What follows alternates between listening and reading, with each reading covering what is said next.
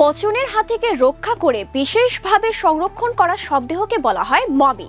তবে মমির কথা বললে প্রথমেই চলে আসে সেই মিশরের কথা।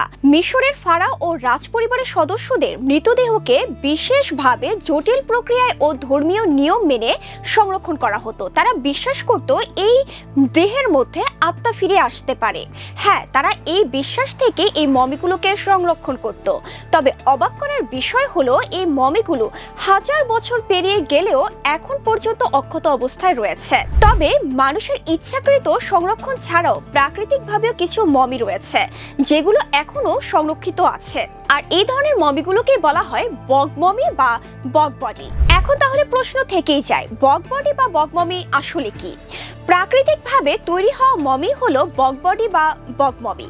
সাধারণত মৃতদেহ যেভাবে পচে যায়, এক্ষেত্রে মৃতদেহ পচে না। এখন পর্যন্ত আবিষ্কৃত বগ বডি বা বগ মমির মধ্যে সবচেয়ে প্রাচীন হলো ডেনমার্কে খুঁজে পাওয়া কোয়েলবার্গ নারী।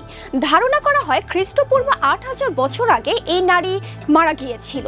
তবে অবাক করার বিষয় হলো বিজ্ঞানীরা এই নারীর চুল, ত্বক ও হাড় বিশ্লেষণের মাধ্যমে জানতে পেরেছে ওই নারীর সে সময়কার পরিবেশ, খাদ্যাভ্যাস এবং জীবনযাত্রা সম্পর্কে। কোয়েলবার্গ নারীর মৃতদেহ থেকে বিজ্ঞানীরা যা খুঁজে পেয়েছিল তা প্রত্নতত্ত্ব ও মানব সভ্যতার এক নতুন দিগন্তের পথ খুলে দিয়েছিল।